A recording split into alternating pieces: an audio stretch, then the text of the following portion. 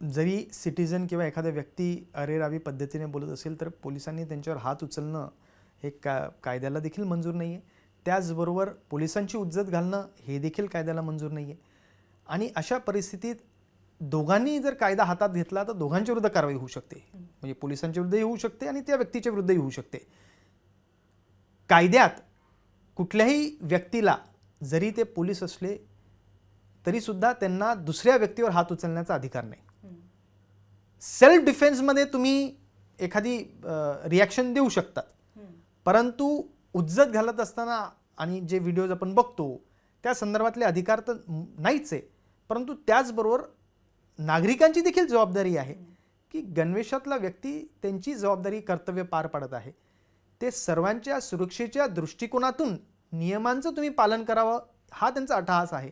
आणि जर ते असं करत असतील तर आपण त्यांच्याशी उज्जत घालू नये, आपण त्यांना अरेरावीची भाषा बोलू नये, आपण त्यांना उगीचच उद्विग्न करू नये.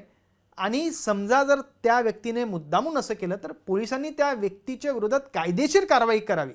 पोलिसांकडे अधिकार आहेत ना. जर तुम्ही एखाद्या पोलीस अधिकाऱ्याच्या कर्तव्यात येत असाल, आडवे येत असाल तर तुमच्या विरुद्ध ऑब्स्ट्रक्शन ऑफ पब्लिक ड्युटी अंतर्गत गुन्हा दाखल होऊ शकतो, त्या व्यक्तीच्या विरोधात दाखल होऊ शकतो. पोलिसांनी त्याची अंमलबजावणी करावी.